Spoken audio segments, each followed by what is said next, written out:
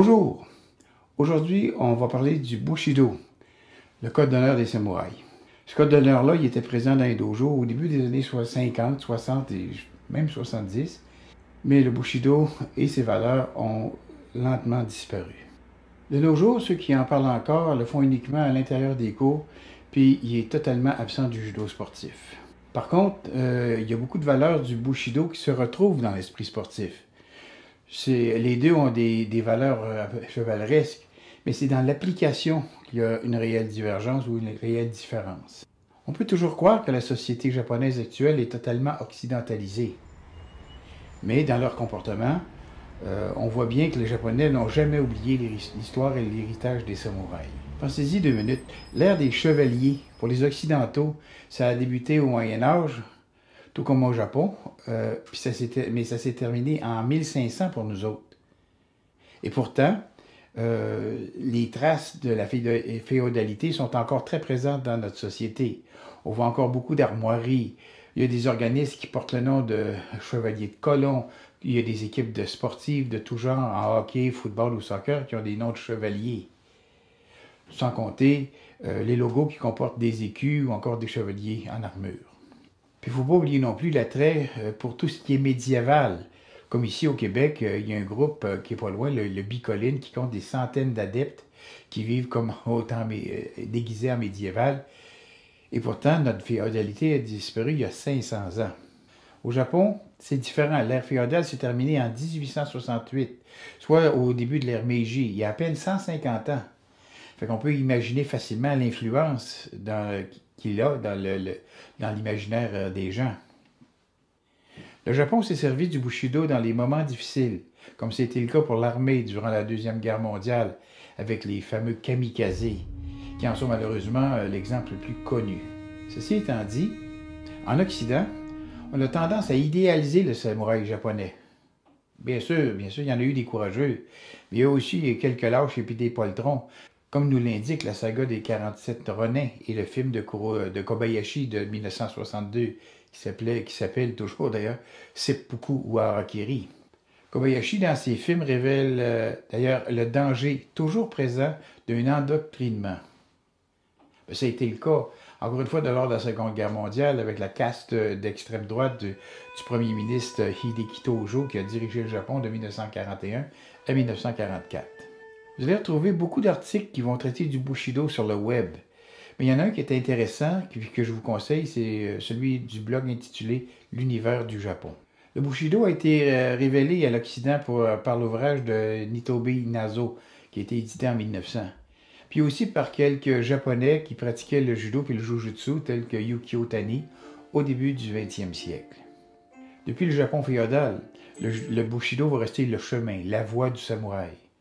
Véritable fer de lance des guerriers, ce code de conduite, le Bushido, c'est un ensemble de règles morales que les chevaliers ou les samouraïs devaient suivre, aveuglément, je dirais. En fait, c'était basé sur plusieurs valeurs fondamentales qu'on va développer aujourd'hui dans cette vidéo-là. Mais ces règles ont imprégné la culture japonaise bien plus qu'il n'en paraît. La plupart du temps, un samouraï, c'est un guerrier raffiné. Quoique trancher des gens à coups de sabre avec raffinement, disons que c'est un petit peu paradoxal, c'est autre temps, autre mœurs. Et qui s'intéresse le moindrement à l'histoire, sait de quelle violence les sociétés féodales étaient capables, tout comme les gens qui les habitaient, comme les chevaliers de ces temps-là.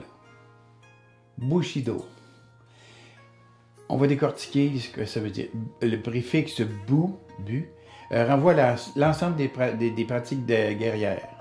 Shi se traduit par guerrier, alors que le suffixe do signifie la voie, le chemin philosophique, un peu comme qu'on a en judo, aikido ou kendo.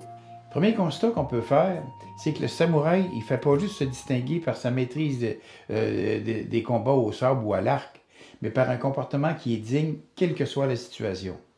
C'est d'ailleurs la première chose qui nous saute aux yeux lorsqu'on voit une série comme Shogun, une série des années 80, ou des films comme Le Dernier Samouraï. Contrairement à ce qu'on pourrait penser, le code Bushido n'a pas été inventé à partir de rien pour servir les intérêts des daimyo, les chefs de clan, qui dirigeaient ces clans-là à l'époque féodale. Mais on ne peut pas dire non plus qui ne s'en sont pas servis, qui ne l'ont pas adapté pour leurs besoins. Mais, dans tous les cas, ils se sont inspirés de la philosophie et des croyances de l'ancien Japon. Mais, c'est d'ailleurs, il faut le noter, c'est en temps de paix que le code moral a été mis en valeur par les maîtres d'armes qui se trouvaient au chômage. Ça, ils se trouvaient au chômage notamment à cause des politiques et des stratégies du shogun Tokugawa ou des shoguns Tokugawa. Comme nous l'indique dans son livre Classical Budo, Don F. Driger nous dit ceci: tout en continuant de s'entraîner à leur technique de combat, ils se sont mis à accorder autant d'intérêt à leur ascension spirituelle, notamment par la pratique du zen puis de la méditation. C'est à ce moment-là que le bujutsu, qui est la pratique martiale avec une finalité de combat, va laisser place au budo, qui est le développement spirituel par la pratique martiale. On va élaborer là-dessus ces changements-là. Il y a plusieurs historiens qui pensent que le côté éthique et spirituel provient des influences du shintoïsme, du bouddhiste zen puis du confucianisme.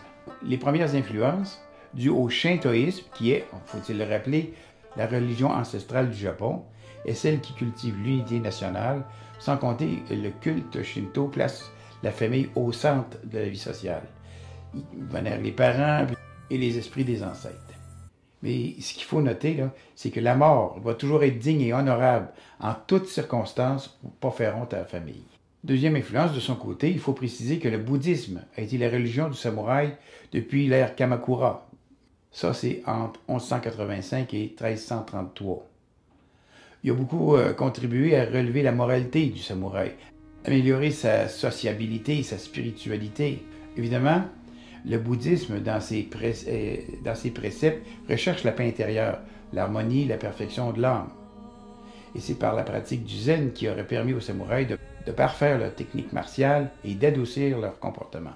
La concentration, ça renforce la précision, ça élimine les gestes inutiles. Ça, ce sont des choses qui nous servent encore aujourd'hui.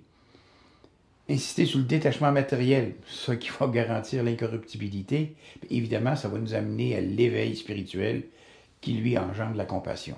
Et la troisième philosophie, pour compléter, c'est au confucianisme que l'on doit d'avoir forgé les attitudes et les mentalités des samouraïs en ajoutant des valeurs comme la loyauté, la fidélité, la droiture, la bienveillance. Dans une vidéo précédente, je vous avais parlé des 7 vertus des samouraïs.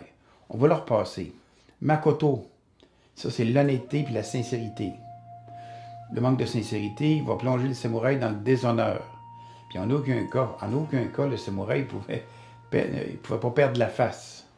Chu, devoir et loyauté. Un samouraï honorable voue une loyauté infaillible envers le Seigneur à qui il promet sa fidélité jusqu'à la mort. Dans un contexte moderne, promettre sa fidélité à quelqu'un jusqu'à la mort, c'est un peu excessif, pour le moins. Gi, intégrité. Un samouraï doit faire preuve de rigueur et accomplir sa mission dans la justice. Yu, qui est le courage héroïque. On ne parle pas ici de courage aveugle. Le courage, c'est faire ce qui est juste. Il faut être prudent, se maîtriser et réagir avec intelligence, puis avoir confiance en ses capacités. Meiyo, ça c'est l'honneur. Le samouraï est le seul juge de son honneur et il ne se cache pas à face. Il a compris son devoir selon ses principes éthiques. On n'a pas besoin de lui rappeler. Rei, ça c'est le respect. Cette valeur-là est vraiment présente à tous les instants dans le Japon moderne. Jin, ça c'est la compassion. L'empathie est une force redoutable pour le combat. La raison d'être d'un samouraï, c'était de protéger. Parce que dans l'idéogramme Bu, il y a la notion de protéger. Comme le disait si bien l'article du blog L'univers du Japon, les samouraïs ont marqué l'histoire du Japon. Mais l'inverse est encore plus vrai. L'histoire du Japon a façonné ou dicté la pensée des samouraïs. Dans la majorité des activités sociales au Japon, on reconnaît en filigrane les valeurs du Bushido. Prenez par exemple les attitudes des étudiants du système scolaire japonais face à l'importance de l'école, la mentalité des étudiants face aux défis avec les écoles privées appelées Juku. Et si on se tourne dans le monde des affaires, les attitudes des grandes sociétés commerciales témoignent aussi de l'impact du code d'honneur des samouraïs dans la manière. L'organisation du travail, l'amour des heures, la précision du geste, le travail collectif sont autant de valeurs empruntées au Bushido. La pérennité de certaines valeurs, de certains comportements sont le propre des grandes civilisations tout comme la culture et la religion. Eh bien, c'est le cas pour le code éthique des samouraïs. Il est inspiré des anciens courants religieux du pays, du soleil levant, puis il en a puisé toutes les valeurs morales. Le bénéfice était double, une plus grande perfection martiale et une intégration sociale exemplaire. C'était bon pour le Japon ancien, à bien des égards, puis c'est encore bon pour le Japon actuel. On peut donc conclure que le Bushido, c'est beaucoup plus que des principes guerriers.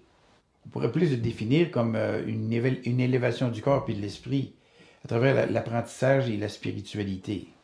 Beaucoup plus qu'un code de conduite, le Bushido est devenu une des références pour les arts martiaux japonais. Et c'est ce que j'avais à vous dire sur le Bushido, en espérant que cette vidéo vous a plu. Si vous avez aimé, donnez-nous un pouce en l'air. N'oubliez pas d'activer les clochettes pour recevoir des notifications. On sort une vidéo par 15 jours, une semaine 15 jours. Partagez ces vidéos-là avec vos amis et surtout, abonnez-vous à Martialement Vôtre parce que c'est pour vous que je fais ces vidéos-là.